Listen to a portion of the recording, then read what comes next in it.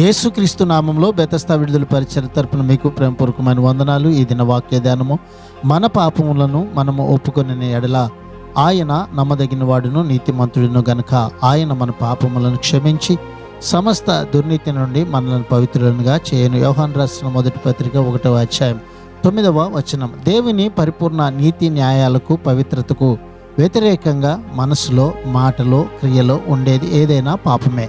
చేయవలసినది ఏదైనా చేయకుండా వదిలేయడం, అలాగే చేయవలసిన దానిని చేయకపోవడం కూడా పాపమే.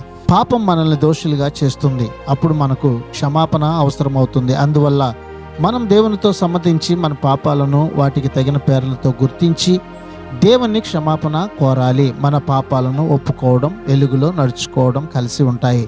వెలుగు మన పాపాలను బయట పెడుతుంది. అవి అలా బయటపడినప్పుడు వాటిని మనం ఒప్పుకొని విడిచిపెట్టాలి. క్షమించగలిగిన వాడు దేవుడే గనక ఆయన వద్దే పాపాలు ఒప్పుకోవాలి. ప్రార్థన. మహాపరిశుద్ధుడా, మహోన్నతుడా, జీవం కలిగిన మా మంచి యేసయ్య, మరొక నూతన దినాన్ని మాకు ఇచ్చినందుకు నీకు వందనాలు, స్తోత్రాలు చెల్లిస్తూ మా పాపములను నీ ఎదుట ఒప్పుకొని నీతిమంతులుగా నీ నిత్య రాజ్యమునకు వారసులు మగునట్లుగా ఈ దినాన్ని మమ్మల్ని అందరినీ కూడా సిద్ధపరచమని యేసు పరిశుద్ధ నామములో ప్రార్థించి అడిగి వేడుకుంటున్నాము తండ్రి. ఆమెన్.